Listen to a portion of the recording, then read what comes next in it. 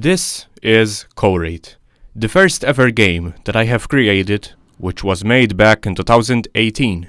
The game was very simple to play. You have this cube with 4 sides of different color, then a circle spawns, and all you have to do was rotate the cube so that the color of the circle would match the color of the side of the cube. So last week I wanted to check on the game, and I found out that the Play Store had removed my game because I just left it there all alone. I abandoned it. So I went to update the game and it was gone. I couldn't find the project files. So there was only one thing to do: remaster the game. Or remake or re-release, I don't know. So first we create the cube.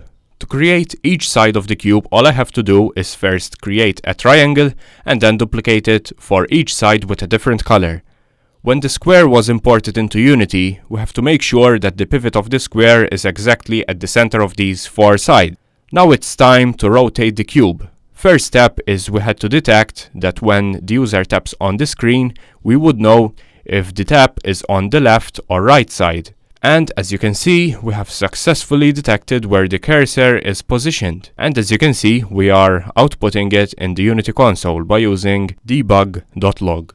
So now, to rotate the cube by 90 degrees, I created a variable called rotation amount, which holds the value of the rotation of the cube. So if the user clicks on the left side of the screen, the value of the rotation will go from 0 to -90. Therefore, the cube will rotate anti-clockwise. When the user clicks on the right side, a +90 will be added to the variable, which makes the cube rotate clockwisely. And there you have it, we have a rotating cube. Just so you know, back in 2018, this thing, it took me 1 week to just make this, to just rotate the cube. While this time, it took me only 1 hour 16 minutes to finish. So this shows that even though you might sometimes feel clueless and stupid, if you remain patient, you will improve. Patience, young Padawan. I'll be honest with you, if it took me the same amount of time as before, I would have probably given up. The next step is to create the circle. So there it is, circle, different color, and that's all, folks. Now we create the circle spawner.